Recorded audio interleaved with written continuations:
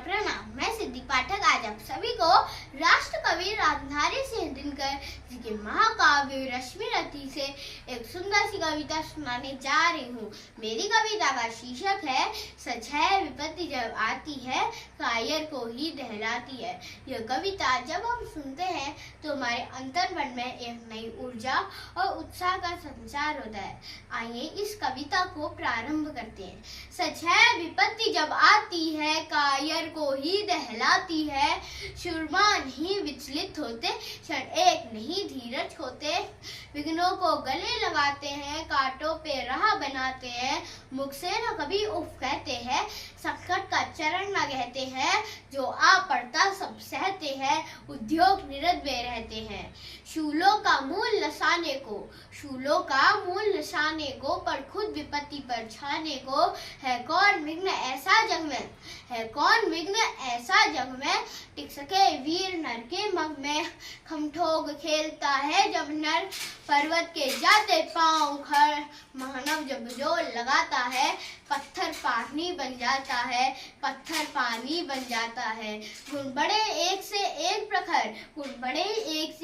प्रखर है छिपे मानवों के भीतर, मेहंदी में जैसी लाली हो वर्तिका बीच उजियाली हो, बत्ती जो नहीं जलाता है रोशनी नहीं वह कहाँ पाता है।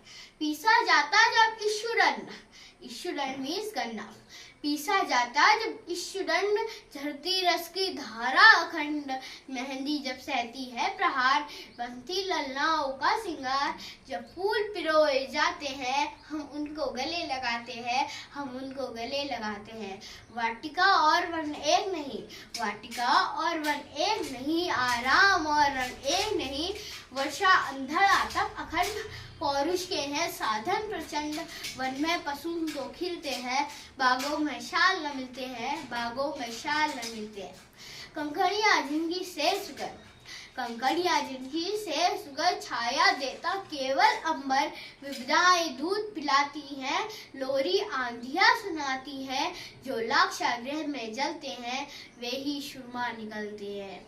बढ़कर विपत्तियों पर छा जा मेरे किशोर मेरे ताजा, जीवन का रस समझाने दे तन को पत्थर बन जाने दे, तू स्वयं तेज वैकारी है क्या कर सकती सिंगारी है। वसुधा का नेता कौन हुआ,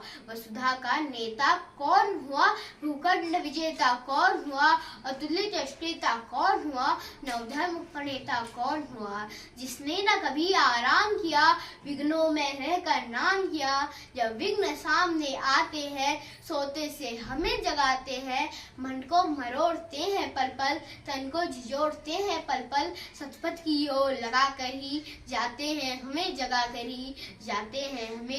ही।